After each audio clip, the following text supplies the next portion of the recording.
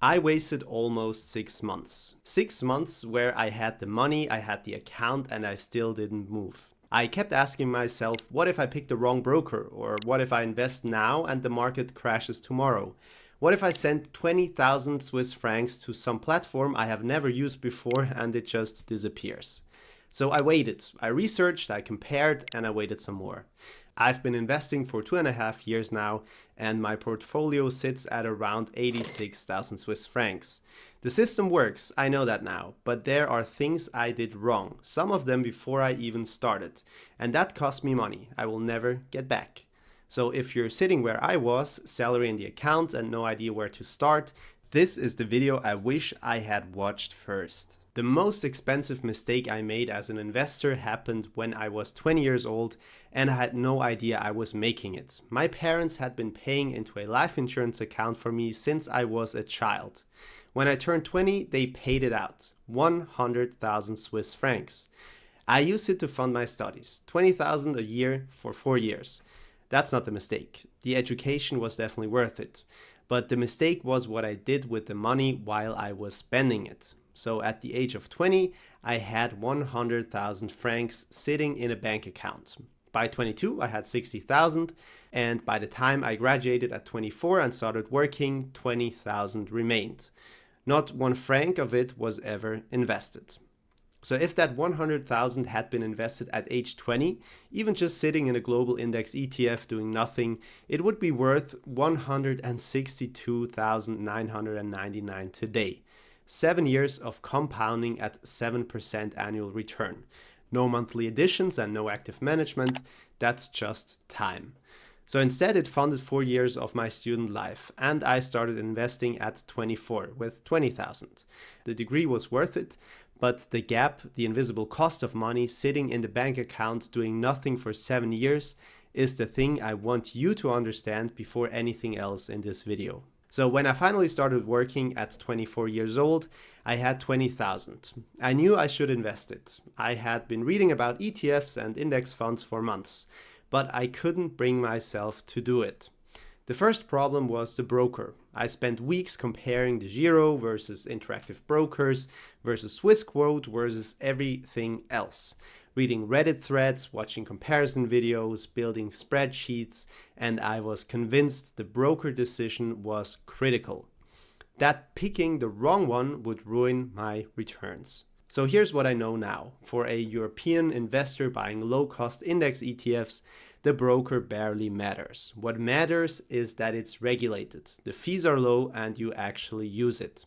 I could have made that decision in a weekend. Instead, it took me 3 months. The second problem was timing.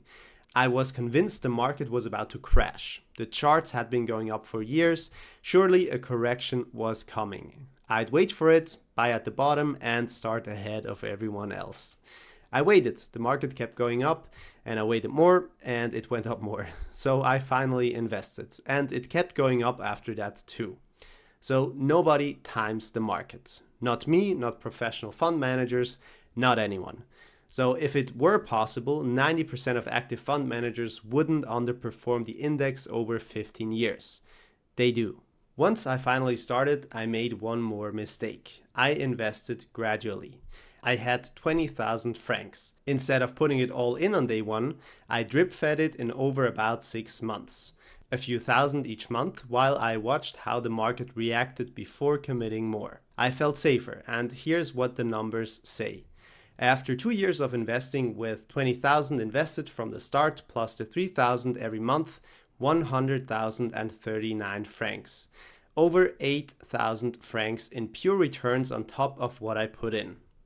At 5 years, 243,131, so 43,000 in returns. The gradual approach costs you because the market has a positive expected return at any given moment. So every week your lump sum sits uninvested, it is missing that return. Historically, investing a lump sum immediately beats spreading it gradually around 68% of the time. Does that mean you should ignore your emotions completely? No, definitely not. If investing everything at once would make you so anxious that you would panic sell at the first 10% drop, a gradual approach might be better for you personally.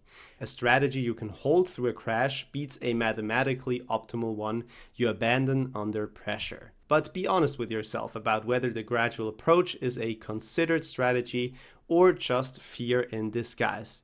For me, it was fear, and fear is an expensive investment advisor. In April 2025, when Trump announced his tariff package, my portfolio dropped roughly 15% in days. On a portfolio of around 70,000 Swiss francs at the time, that's a paper loss of approximately 10,500 in a week. I checked my portfolio multiple times a day. I read every article I could find and I felt the pull to sell. And looking back, holding through that drop taught me something that no amount of reading had managed to. The individual stocks I still owned at that time, I sold some of those in panic, and most recovered and went higher. The index funds recovered fully. So here's why that difference matters. When an individual stock drops 40%, it might never come back. Some companies go to zero, but when the global stock market index drops 40%, history says it recovers because the companies that don't recover get replaced by the ones that do. The index is self-cleaning. So I could only hold what I genuinely understood. Under real pressure, I found out which positions those were. So here's what I would actually do from scratch today. All right, step 1. Spend 1 weekend on the broker and then stop. DEGIRO, Interactive Brokers, Swissquote for an European buying index ETFs, they all work. Pick the one with the lowest fees for your situation and read the comparison. Decide, open the account. The broker is not determining whether you build the wealth. When you start is. Now step 2, invest your lump sum immediately, all of it. Not gradually, not after waiting for a dip.